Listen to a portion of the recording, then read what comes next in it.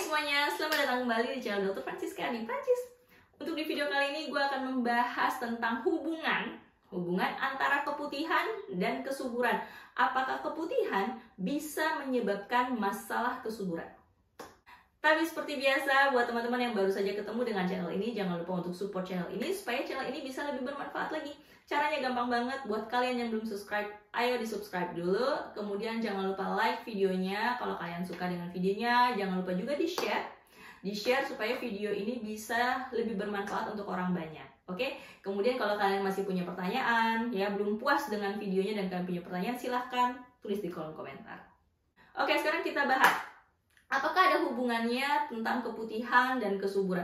Sebelumnya, gue udah pernah bahas tentang keputihan, penyebab keputihan, ya.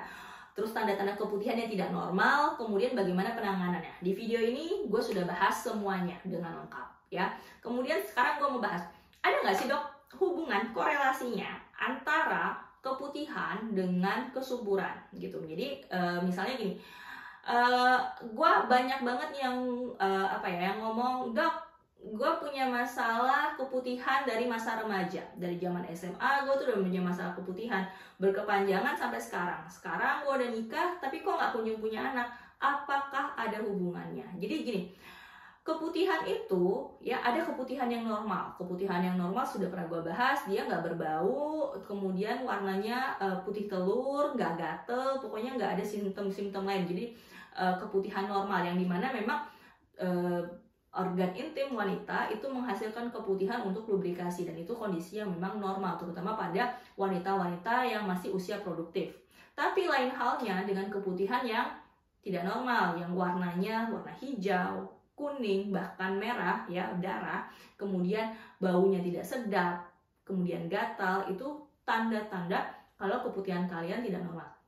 Nah, dari keputihan tidak normal ini, penyebabnya itu macam-macam. Ada yang penyebabnya karena bakteri, karena virus, bisa juga karena parasit. Nah, infeksi ini bisa bukan hanya menginfeksi bagian organ intim bagian bawah saja, dalam artian bagian vagina aja, tapi ternyata bisa juga menginfeksi organ reproduksi atau saluran reproduksi lainnya. Misalnya dia bisa naik ke tuba, yang dimana kita tahu tuba itu adalah bagian saluran reproduksi yang sangat-sangat penting, dimana kita tahu sel sperma itu bertemu dengan sel telur di tuba. Jadi kalau seandainya ada gangguan pada tubanya, otomatis akan mengganggu pertemuan antara sel sperma dan sel telur, yang dimana biasanya kalau keputihan yang berkepanjangan yang tidak ditangani dengan tuntas itu dia bisa menyebar ke tuba, yang dimana nanti dia akan menginfeksi tuba,